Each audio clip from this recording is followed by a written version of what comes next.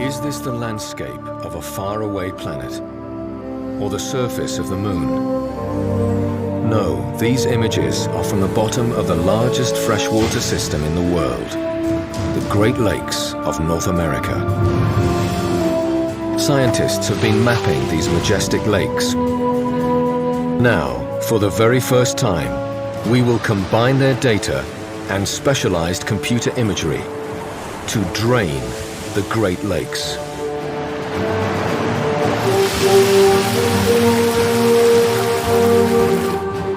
We will uncover an extraordinary hidden world of cliffs hundreds of feet high where early man may have lived, of lost river valleys and submerged waterfalls, of a possible catastrophic alien encounter, and even a unique glimpse into our own history, not seen until now, as we drain the Great Lakes.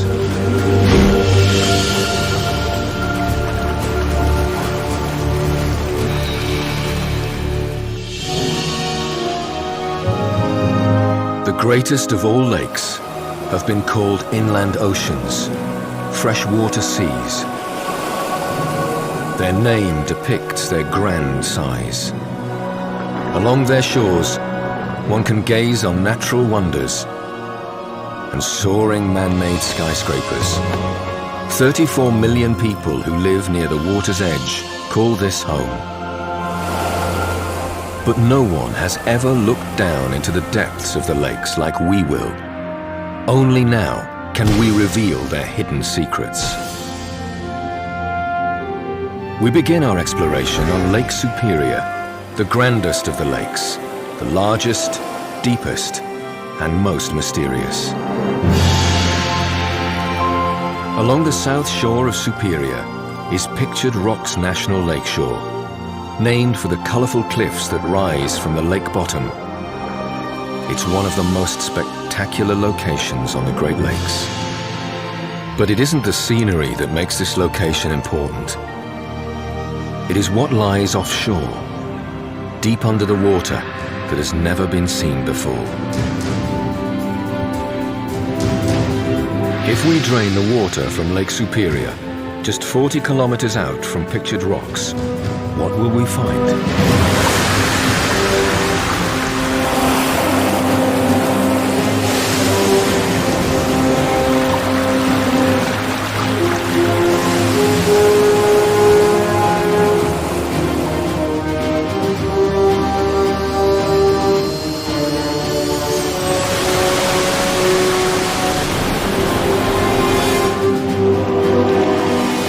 We can reveal for the first time the hidden landscape of the deepest part of the Great Lakes Basin.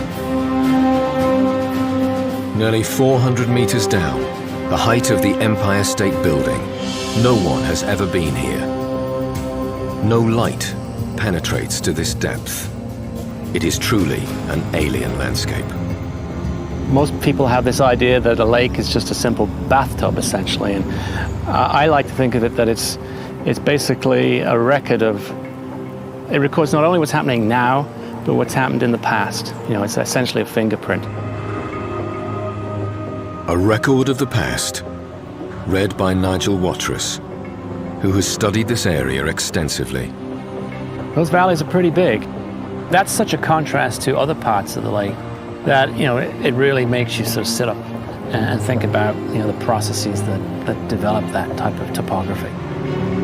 The processes that formed these valleys at the deepest part of Superior occurred when ice ruled the land. 20,000 years ago, if you looked down from space, you would have seen this: a massive ice sheet covering this part of the world where the Great Lakes now exist. This ice is believed to have been over 1.5 kilometers thick in places. It would have towered over cities like Chicago and Toronto. For thousands of years, this enormous ice sheet presses down, reshaping the land, gouging deep holes. When the ice begins to melt and retreats, these deep depressions fill up with cold glacial water. The result? The formation of today's Great Lakes. Fast forward to the present day. We can reveal the evidence of the glacier's effect on Superior's lakebed only because it's been surveyed in great detail. Modern technology gives us the ability to see through the water column. Nigel Watrous and his team from the Large Lakes Observatory in Duluth use side-scan sonar and multi-beam devices to map areas of Lake Superior. So you've got basically a ridge which is running this way. Since sound travels easily through water, it can pierce the depths of even the deepest part of Superior to uncover its shape and size in amazing detail. The multi-beam data collected gives us the ability to recreate the deepest part of Superior in lifelike realism. At 400 meters down, we can finally see how it formed. Ice plays a role, but it's primarily acting as the cap, and it's the water flowing underneath, which is really carving those channels. So water created these huge hidden valleys, which run for many kilometers at the deepest part of Lake Superior. The sheer weight of the glacier pressurized the meltwater. Sand and rock particles in the high-pressure streams carve through the bedrock, shaping these long, deep and wide valleys.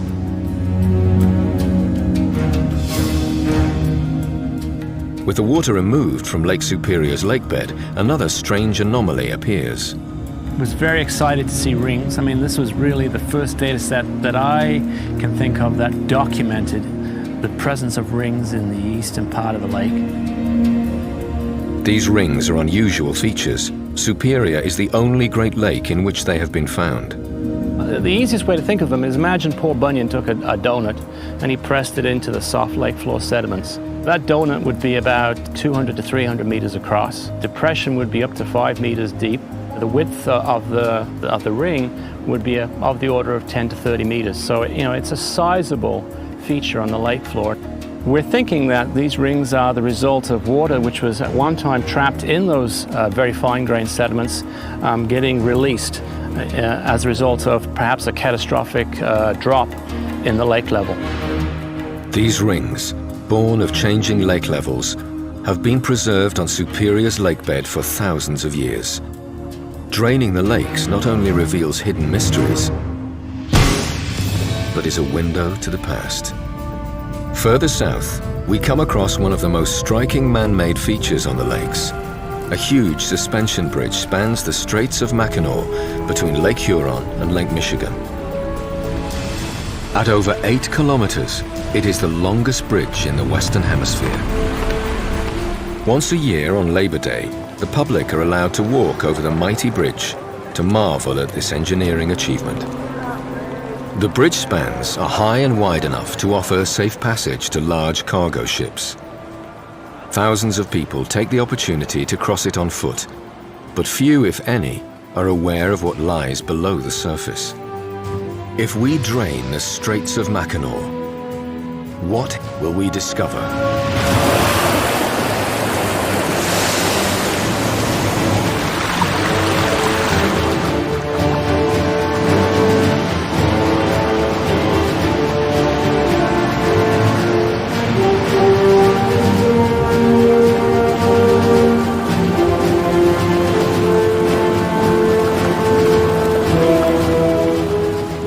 What the people can't see, and the challenge for the bridge builders many years ago, is a deep channel that snakes through the Straits of Mackinac.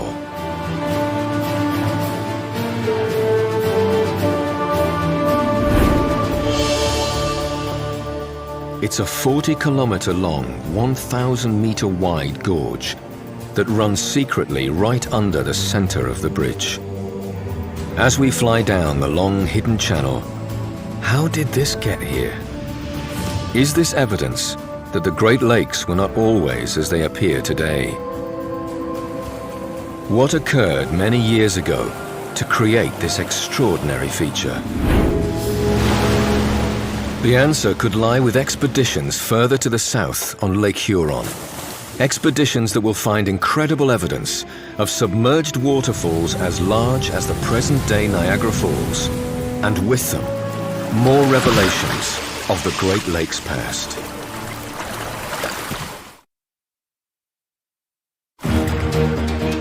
When we drain the waters from the Straits of Mackinac between Lake Huron and Lake Michigan, we uncover evidence of a hidden gorge under the massive bridge.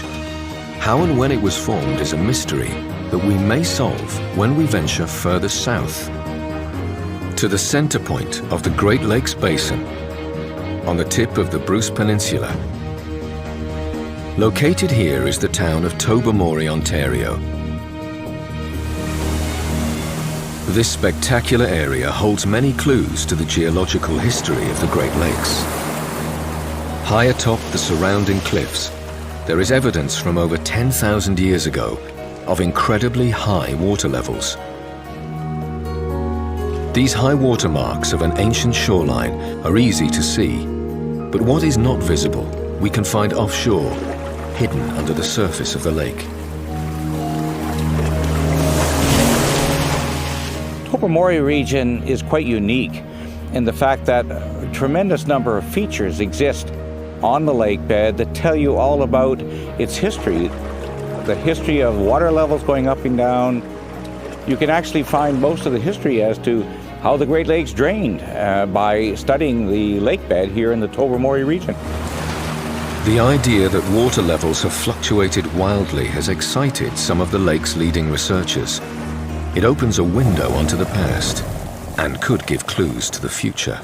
We have some preliminary maps of the lake bed here, and we're looking for early evidence that the lakes drained about at least 50 meters below their present elevation. Now, nobody ever thought Great Lakes water levels went that low, but we've learned that they did. Starting around 10,000 years ago, the climate was more arid, and lake levels dropped because of evaporation, and they eventually got very low, such that Georgian Bay was an isolated basin. But it's been nearly impossible finding the evidence of lower water levels, since all traces have been hidden under hundreds of meters of water for over 6 millennia. Now modern technology has opened up a virtual looking glass.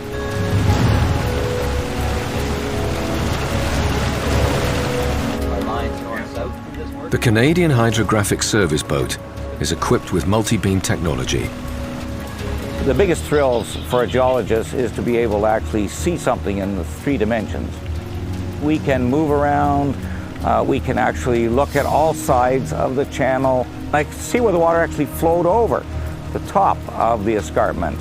And then I can actually see the plunge pool at the bottom. Using this new data, what will it look like when we drain the water off the Bruce Peninsula? You've been here 7,500 years ago. The water here would have been totally drained, the escarpment would have been exposed, and we had river flowing from the north to the south here. It actually turned to the east at this location here and then flowed to the east and over the escarpment to form the Dunks Point waterfall.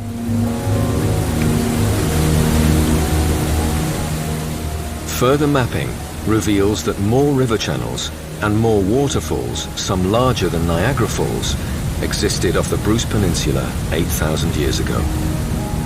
That's really key evidence. We now know that climate change will affect lake levels. For example, a meter change in lake level has an impact on the economy. We can look at the past and use it as a key to the future to help us understand what Mother Nature and what mankind is going to do to lake levels, and we can then determine what we need to do in the future to adapt. The lake levels were low over the entire Great Lakes system. The lakes are interconnected, and what affects one affects them all.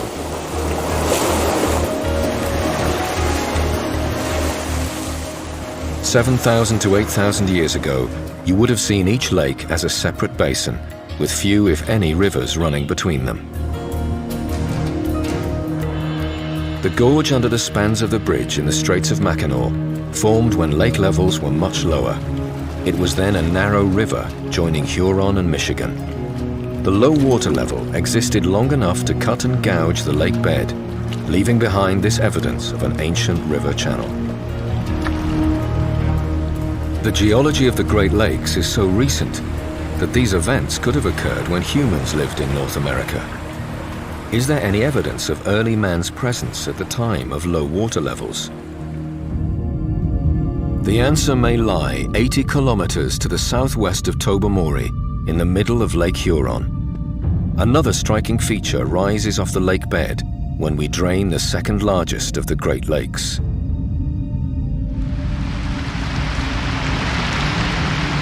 The Alpena Amberley Ridge. It extends across the entire lake.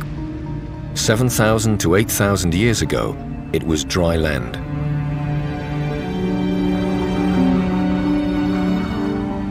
It's this massive limestone outcrop that resisted the ice sheets, and it exists on the bottom as a very striking column scarp of sheer rock that on the northeast side drops away hundreds of feet.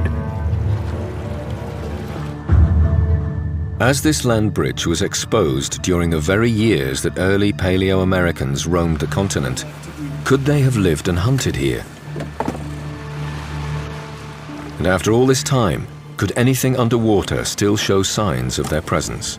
From a historical point of view, it's important not just because of the sites themselves, but because they present an opportunity that we'd never have on land, in the sense that the sites are pretty much left just the way the hunters left them. It's like a Pompeii underwater, really. Using an ROV, a remotely operated vehicle, John O'Shea and his University of Michigan team have searched the lake bed for anything that might suggest the presence of humans on the ridge.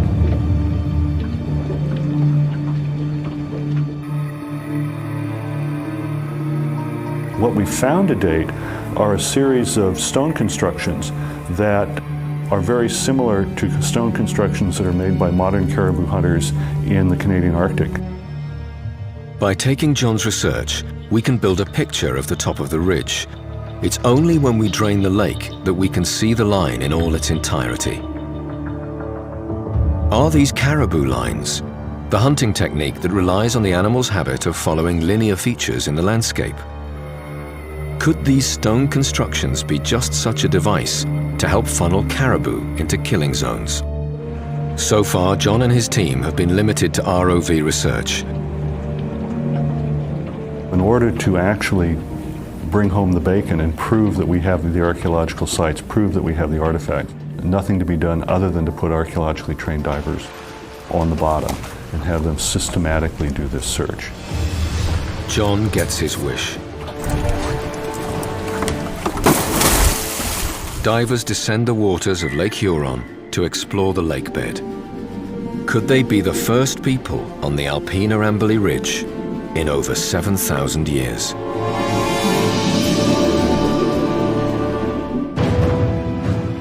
When we drain Lake Huron, the striking Alpena Amberley Ridge rises from the middle of the lake. 7,000 to 8,000 years ago, this towering cliff was dry land. A team of archaeologists believe they are discovering evidence of early man living and hunting on this ridge. When water is drained away, rock formations are seen that may have been placed by man to hunt caribou. A new expedition is hoping to shed more light. This is the first day that we're going to go out and actually do scuba investigations on one of these caribou drive lanes. And it's really exciting for us because in a lot of ways, virtually everything we see today, even on the first dive, is going to be really new. To be really honest, I mean, the Holy Grail is the humblest flake, the humblest chunk of fire-cracked rock that confirms absolutely that this was a human occupation site.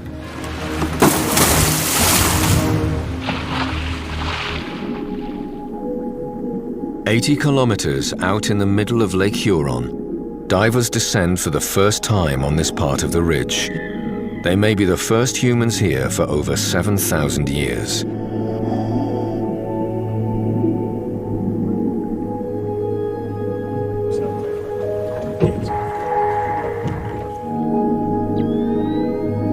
The divers begin to document and study this unique underwater landscape.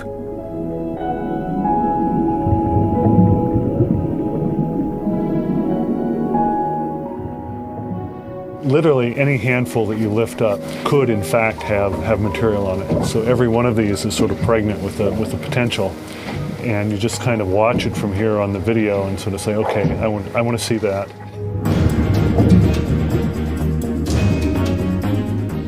The divers have 45 minutes of bottom time to gather as much evidence from the lakebed as possible. There goes the basket. The expedition proves fruitful. There are countless samples for the team to study and analyze. A tiny, sharp-edged stone offers immediate hope. That definitely looks like a bulb there. This would be typically a flake this size would be a bifaced trimming flake, a kind of tertiary flake where you're modifying the edge, you're fining up, or you may do it when you're resharpening or modifying a tool. And that's honestly why it is so very small. Yeah. Remember I told you the smallest, humblest little piece? Now this may be the smallest, humblest little piece, but we'll take it. It may take many more expeditions and detailed explorations on the surface of the ridge before the truth about man's presence can be confirmed. But the lakebed is giving up secrets. Evidence of the extreme low water levels from thousands of years ago are being revealed as we drain the lakes.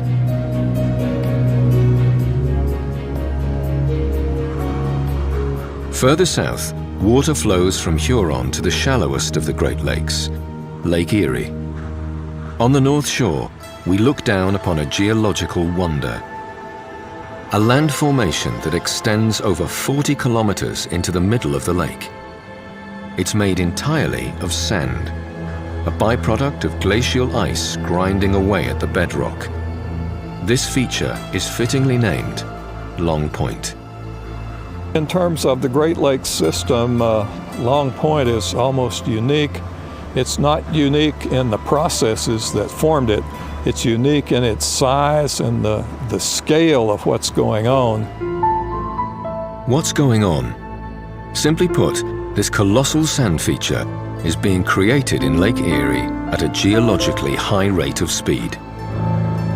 About 5,000 years ago, we probably would be standing in water because Long Point did not exist at that time. Long Point is built out into the deepest basin of Lake Erie to a depth of about 65 meters. So it's taken a tremendous amount of sand to build this thing up all the way to the surface. Troy Holcomb headed up the team that created the first detailed bathymetric map depicting water depth of Lake Erie when he worked with NOAA, the National Oceanic and Atmospheric Administration. This is the data we use to drain Lake Erie.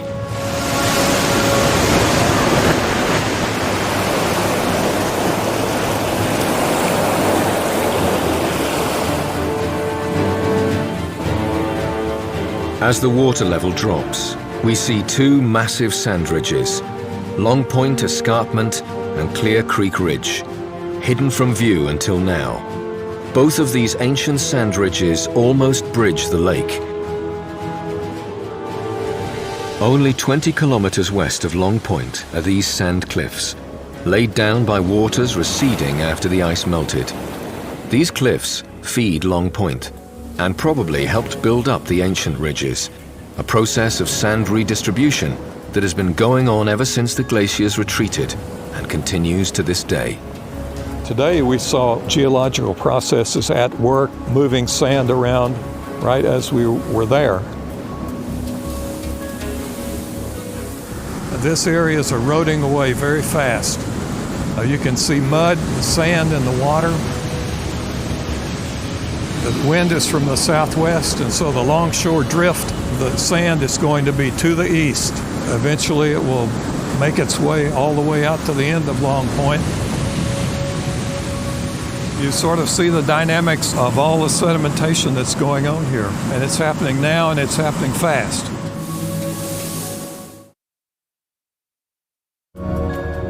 Downstream from Lake Erie is one place where there would have been the most dramatic change of all, probably the most spectacular landmark in the Great Lakes system.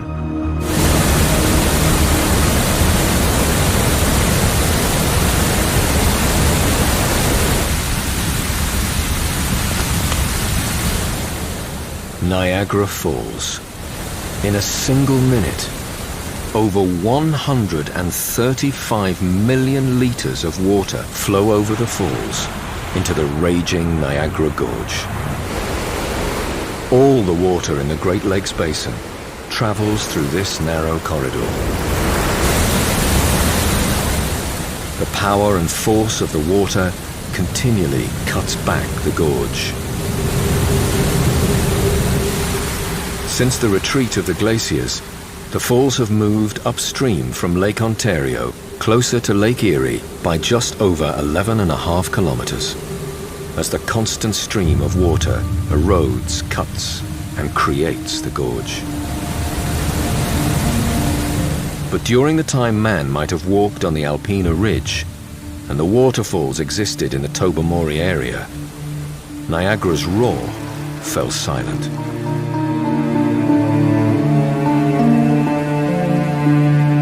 If we drain Niagara Falls as they were 5,000 to 10,000 years ago, this is what we would see. The raging Niagara River becomes a trickle, and for a period of several thousand years, the falls dry up. With all the upper lakes being separate basins, little water flows between Erie and Ontario. Mighty Niagara was not so mighty.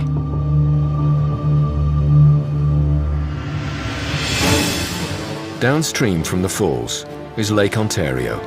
Draining this lake reveals striking clues to a turbulent past and an uncertain future.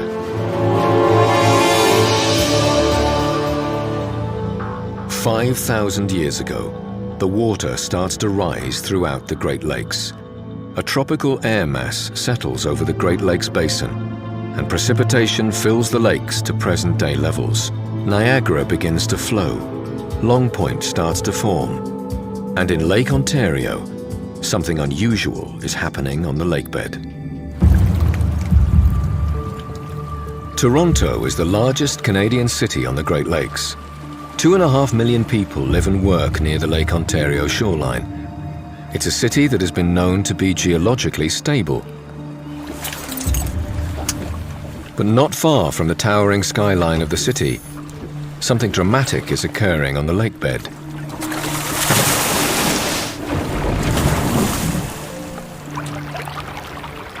The discovery of long ridges laden with cracks crisscrossing the lake bottom.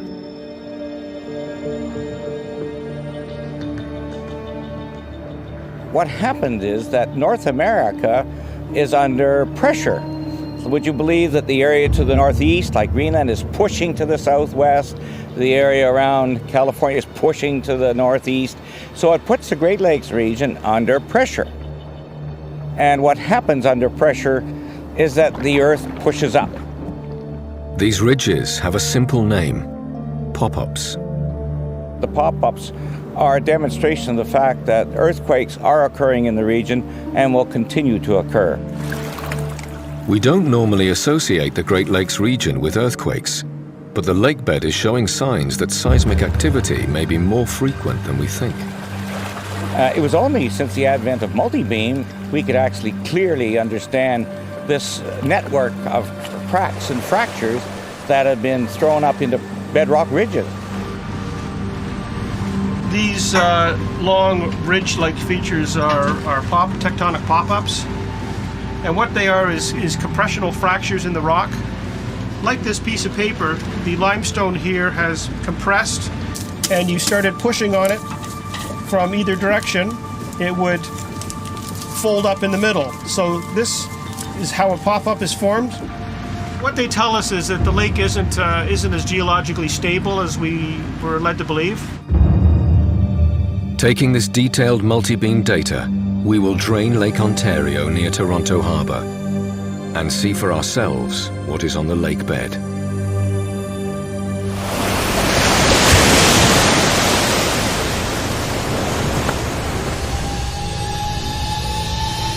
The number of interconnected pop-ups is staggering. They are 1 to 3 meters high, between 5 to 10 meters wide, and can run for many kilometers along the lakebed. No one knows for sure how old they are.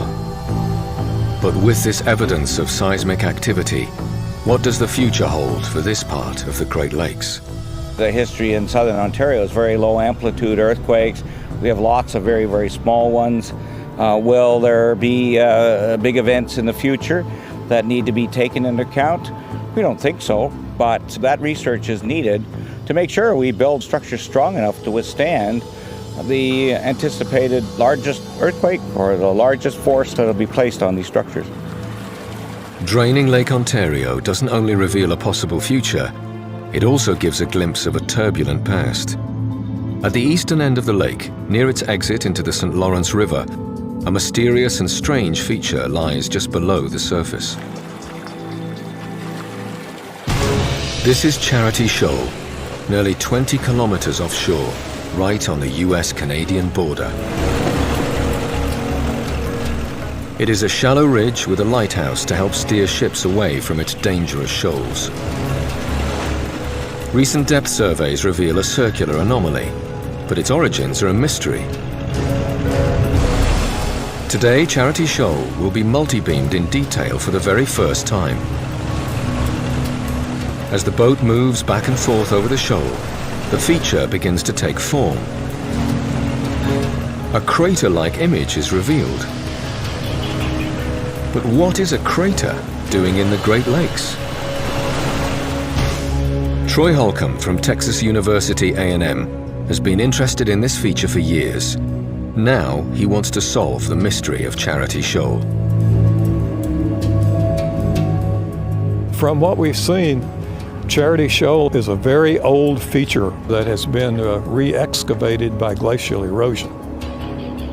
It still looks very possible that this is an impact crater, an extraterrestrial impact, but it's remaining to be confirmed. Yeah, that does look absolutely amazing. You really get a feel for its size.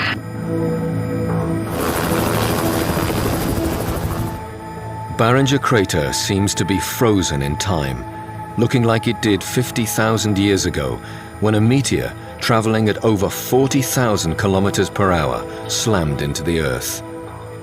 Did Charity Shoal ever look like this?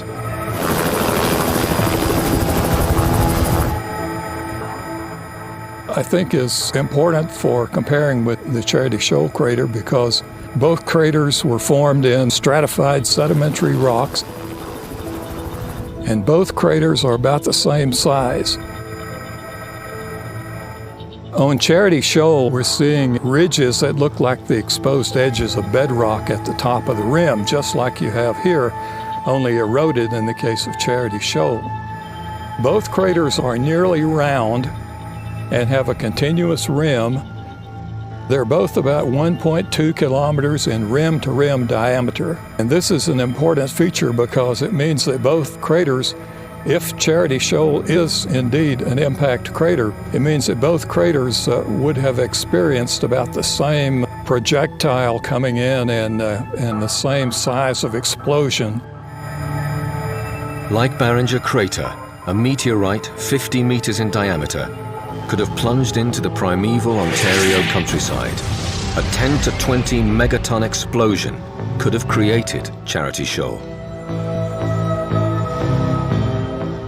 When we drain Charity Shoal, we see the similarities. But it has gone through at least 4 glaciations and has been underwater for thousands of years. It's a shadow of its former self. But just maybe, millions of years ago, if you stood on the rim of Charity Shoal, it would have looked like this.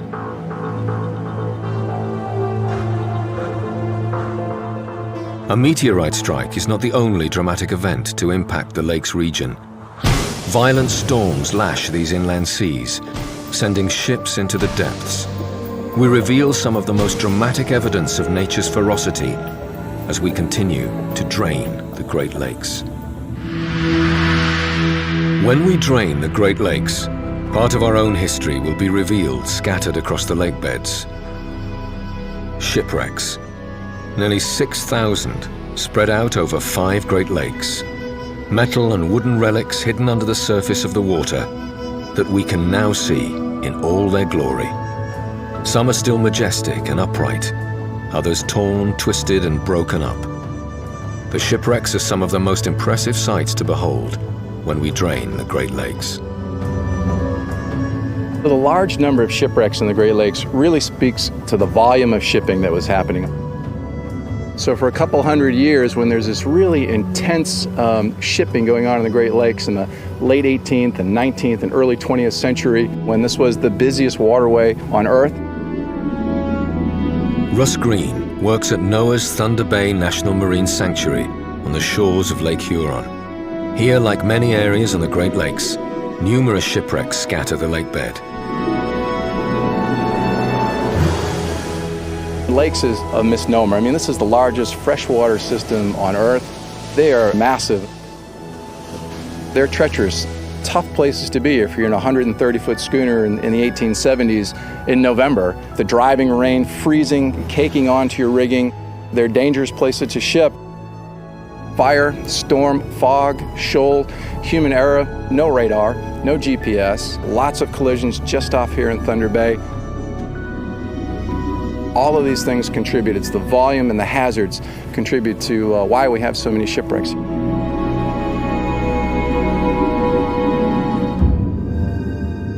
The northeast sector of Lake Michigan, the Manitou Passage, is a stunning area above the water as the sand cliffs of Sleeping Bear Dunes National Lakeshore tower over the passage that was once a major shipping route. But under the water, things are changing rapidly with the onslaught of the mussels. Divers prepare to dive a wreck off the shores of South Manitou Island. The wreck is called Three Brothers, famous for being buried for most of the last century under sand, until a decade ago, when shifting sands revealed it again to the world. Unfortunately, the ship is now a shocking example of the true effect of the mussels.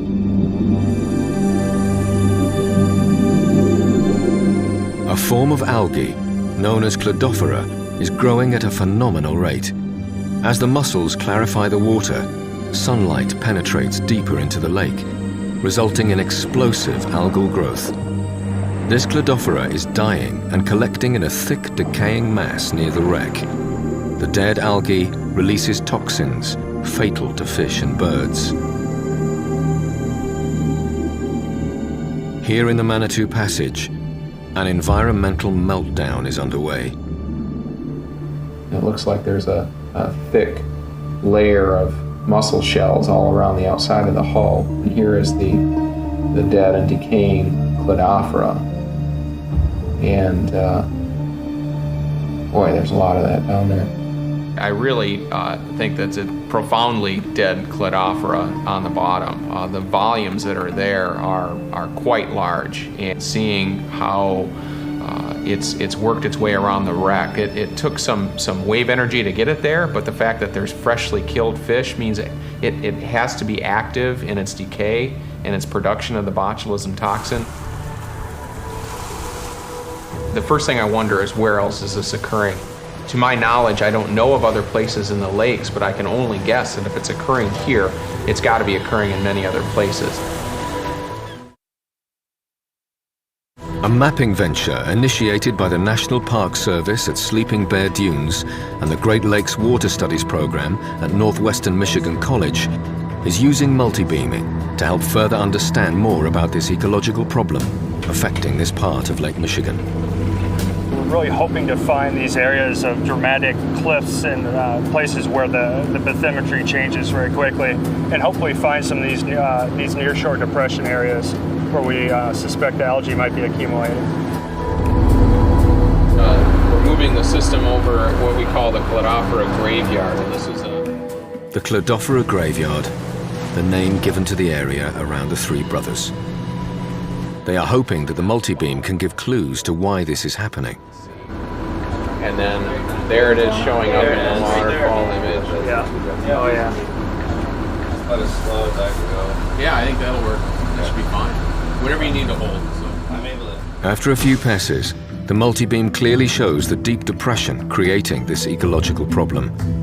The shipwreck sits right in the middle of this sand depression, and because of this geological feature, the algae is captured and decays in this area. As we drain the Manitou Passage, how many more areas are like this on Lake Michigan and the rest of the Great Lakes? And is this the first stage of the end of the Great Lakes as we know them? I don't think I would ever doom our lakes. We've been here for several thousand years, and there's many thousand years to come. Our ecosystem is undergoing a severe challenge. The changes that have occurred in the last 20, 30 years are dramatic. The lakes are strong enough. It's just what is the new ecosystem and how will that new ecosystem evolve and how will we interact with it? There are many legendary Great Lakes stories, but none so captivating as the most iconic of them all, the sinking of the Edmund Fitzgerald.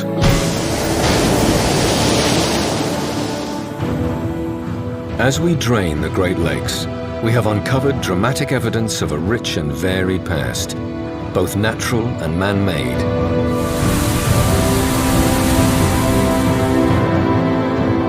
And geological wonders hidden from view. These inland seas were the highway into the continent, the trail of wreckage proving the lakes were always in control. Nowhere more so than the largest of them all, Lake Superior. With the deepest water and the mightiest storms, it is a test for the most modern of ships. On the south shore, Whitefish Point is known as the graveyard of shipwrecks. One particular wreck, 27 kilometers offshore, has taken on legendary status. No doubt the iconic shipwreck of all the 6,000 that have gone down in the Great Lakes is the 1975 loss of the Edmund Fitzgerald. The Edmund Fitzgerald, the largest ship to have sunk on the Great Lakes. When we drain the water out of Lake Superior, we can see this mighty ship as never before. It was probably the worst storm in 3 decades that claimed the Edmund Fitzgerald.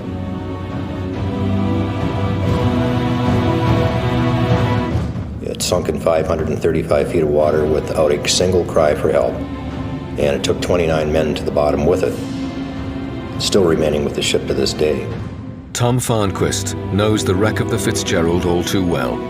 He has led 3 expeditions to the watery grave and is one of the few people who have seen it firsthand.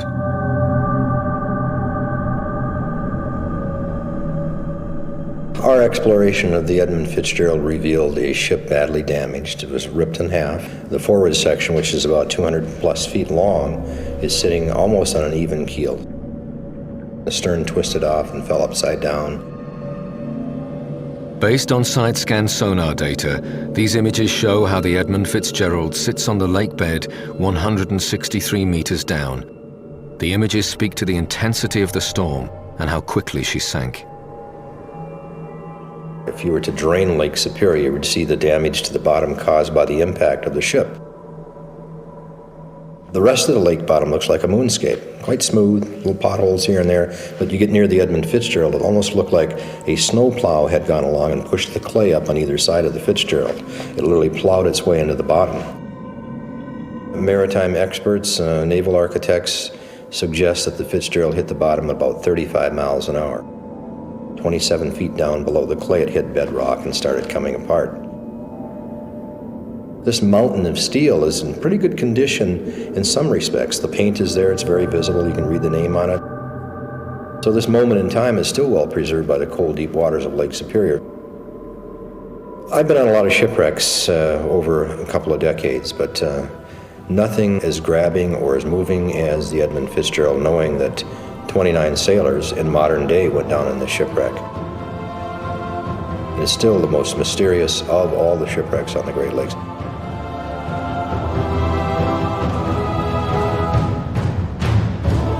Undisturbed and silent, the Edmund Fitzgerald will haunt Superior's lakebed for decades to come. A reminder of the power and majesty of the largest freshwater system on Earth. A system whose secret underwater world is revealed for the first time when we drain the Great Lakes.